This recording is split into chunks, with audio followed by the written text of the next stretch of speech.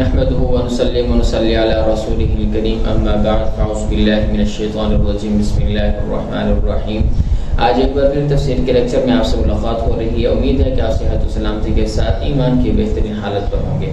آج کا ہمارا لیکچر سورۃ البروج ہے، اس کو ہم سٹارٹ کرتے ہیں۔ اعوذ باللہ من الشیطان الرجیم بسم اللہ الرحمن الرحیم والسماء ذات البروج واليوم الموعود وشاهد ومشهود قتل أصحاب الأخدود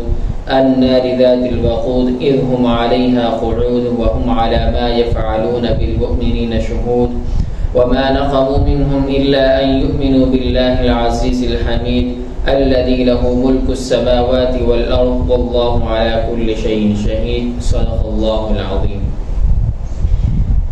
ان آیات میں اللہ تبارک و تعالی ارشاد فرماتے ہیں والسماء ذات البروج، قسم ہے آسمان کی ذات البروج جو برجوں والا ہے، والیوم الموعود اور قسم ہے دن کی الموعود جو وعدہ کیا ہوا ہے،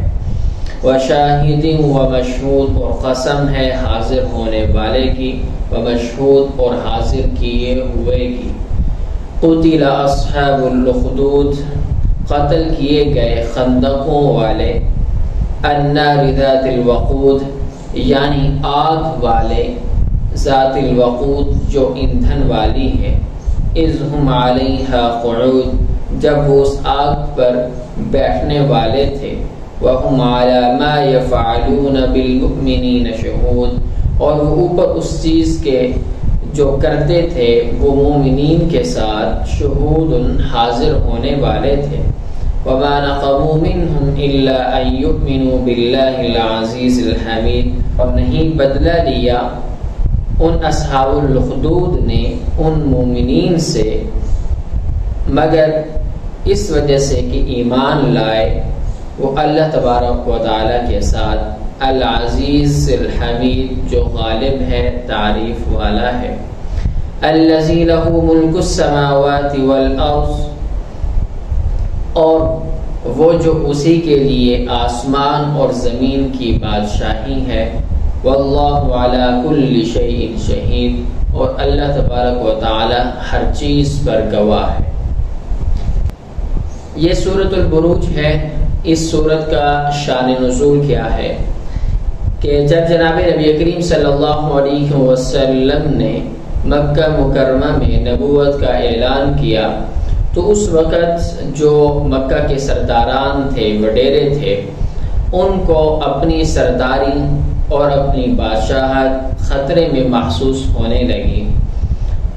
حالانکہ وہی سردار جو جناب نبی کریم صلی اللہ علیہ وسلم کو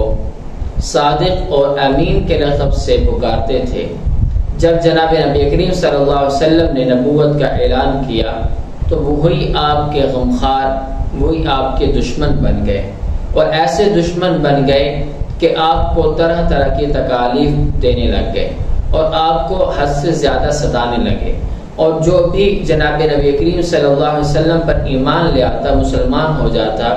تو اس کو بھی وہ طرح طرح کی تکالیف پہنچانا شروع کر دیتے، حتیٰ کہ عورتوں کی عزتوں کو پامال کرنا شروع کر دیا، اور جو بھی مسلمان ہوتا اس کو مختلف قسم کی تکلیفیں دیتے،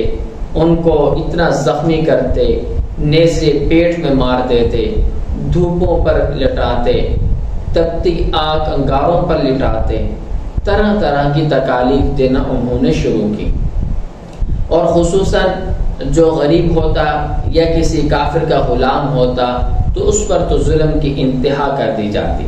اور جناب نبی کریم صلی اللہ علیہ وسلم کو کئی بار نعوذ باللہ قتل کرنے کی کوشش کی گئی،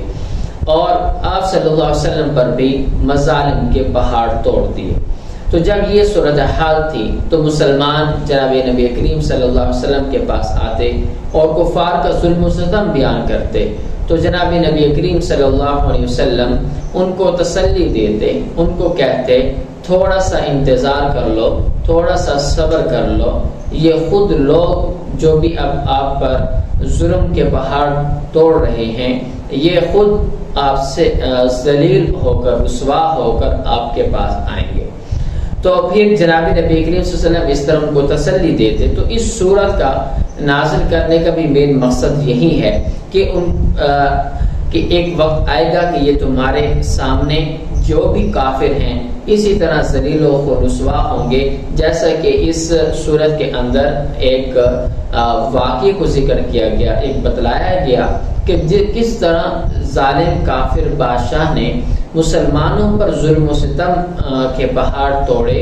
ظلم کیا، تو پھر آخر کا اس کا انجام کیا ہوا۔ تو اسی طرح اس صورت کو نازل کرنے کا مین مقصد یہی ہے کہ مسلمانوں کو بھی تسلی دی جا رہی ہے کہ یہ جو متکبر لوگ سرکش ہو کر گھوم رہے ہیں، پھر رہے ہیں، ان کا بھی آخر کا انجام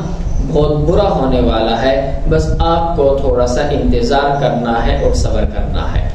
باقی وہ واقعہ کون سا ہے ظالم بادشاہ کا، وہ انشاءاللہ نیکسٹ ویڈیو میں آپ کے سامنے آئے گا، کیونکہ اگر آج ہم اسی ویڈیو میں اس کو ذکر کرتے چلے جائیں تو یہ ویڈیو بہت لمبی ہو جانی ہے، تو اس کو کئی پارٹ میں آپ اس کی تفسیر سنیں گے کہ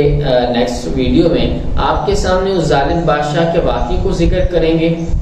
اور پھر انہی آیات کی تفسیر آپ کے سامنے ذکر کی جائے گی۔ امید ہے کہ آپ اسی طرح ہمارا ساتھ دیتے رہیں گے اور آپ حسان اکیڈمی کو بھرپور سپورٹ کرتے رہیں اور دوستوں کے ساتھ شیئر کرتے رہیں۔ اسی کے ساتھ مجھے اجازت دیجیے، اپنا بہت سارا خیال رکھیے گا۔ السلام علیکم ورحمۃ اللہ وبرکاتہ۔